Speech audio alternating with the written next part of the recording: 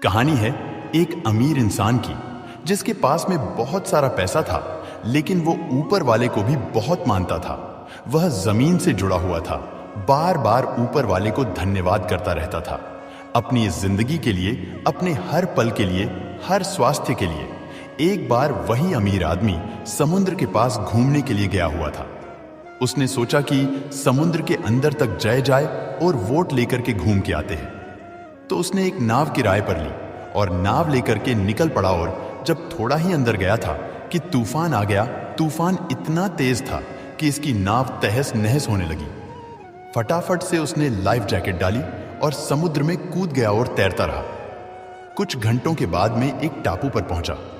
जब वहां पहुंचा तो सबसे पहले उसने आसमान की तरफ देखा और ऊपर वाले को धन्यवाद दिया और कहा कि आपने मेरी जिंदगी बचा ली, वरना उस तूफान में तो आज खत्म हो जाता।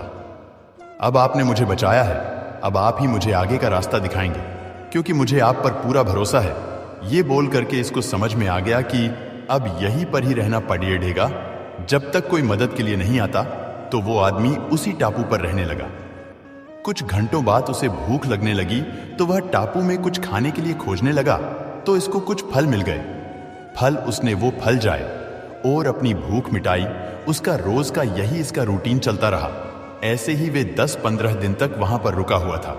रोजाना ऊपर वाले से प्रार्थना करता था कि किसी को भेज दो मेरी मदद के लिए, मुझे यहां से ले जाने के लिए, और मुझे भरोसा है कि आप जरूर भेजोगे। इसका आत्मविश्वास थोड़ा कम हो रहा है। ऐसा लग रहा था कि पता नहीं क्या होगा, लेकिन ऊपर वाले पर जो भरोसा था वो इसका कायम था। जैसे लग रहा था कि ऊपर वाला मदद जरूर करेगा। अब काफी दिन हो चुके थे। लगा कि क्या करें, एक झोपड़ी तो तैयार कर लेते हैं। कम से कम झोपड़ी में तो रहेंगे। तो वो लकड़ियां इकट्ठी करने लगा, पत्ते इकट्ठे करने लगा, और 3-4 दिन में उसने अपने लिए एक झोपड़ी तैयार कर ली। उस झोपड़ी के बाहर खड़ा होकर के उसे निहार रहा था और सोच रहा था कि आज तो यहां सोने को मिलेगा। ये सब चल ही रहा था कि अचानक से मौसम बदला। आसमान में बादल आ गए, बिजली चमकने लगी, और तभी आसमान से एक बिजली गिरी। जोरदार आवाज आई और वो बिजली इसकी झोपड़ी पर गिरी और झोपड़ी जलकर के खाक होने लगी। अब इस आदमी का आत्मविश्वास बिल्कुल नष्ट हो गया था। इसकी आंखों से आंसू आने लगे और सर पर हाथ रखकर बैठ गया और बोलने लगा कि एक झोपड़ी जी मैंने तैयार की और ऊपर वाले ने उसको भी जला दिया। ये ऊपर वाले को कोसने लगा। इसका दिमाग खराब हो गया कि क्या हो रहा है। तभी एक आवाज सुनाई दी।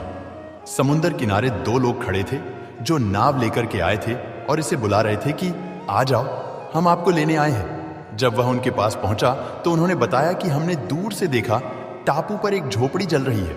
हम समझ गए कि कोई है वहां पर जो अपनी झोपड़ी जला करके हमें इशारा कर रहा है कि मेरे पास आओ, मेरी मदद करो। ये झोपड़ी जलती देखकर हम आपकी मदद करने के लिए आए। उनकी बात सुनकर अमीर आदमी ने एक बार फिर ऊपर वाले की तरफ देख और माफी मांगने लगा कि माफ करना भगवान, मुझे लगा था कि मेरी झोपड़ी आपने जला दी, पर आपने तो मेरी झोपड़ी इसलिए जलाई ताकि किसी को इशारा मिल जाए कि उसे यहां आना है। मेरी जान बचाने के लिए आपने तो झोपड़ी इसलिए जलाई ताकि मेरी जान बच सके, मुझे आगे का रास्ता दिख सके। मैं पागल था, मैं मूर्ख था जो आपको कोसने लगा था। आपने तो अभी भी मेरा साथ नहीं छोड़ा है। आप हमेशा मेरा साथ देते रहना। दोस्तों, हमें इस कहानी से यह सीख मिलती है कि जब भी हमारे साथ बुरा होता है तो हमें अपना आत्मविश्वास नहीं खोना चाहिए।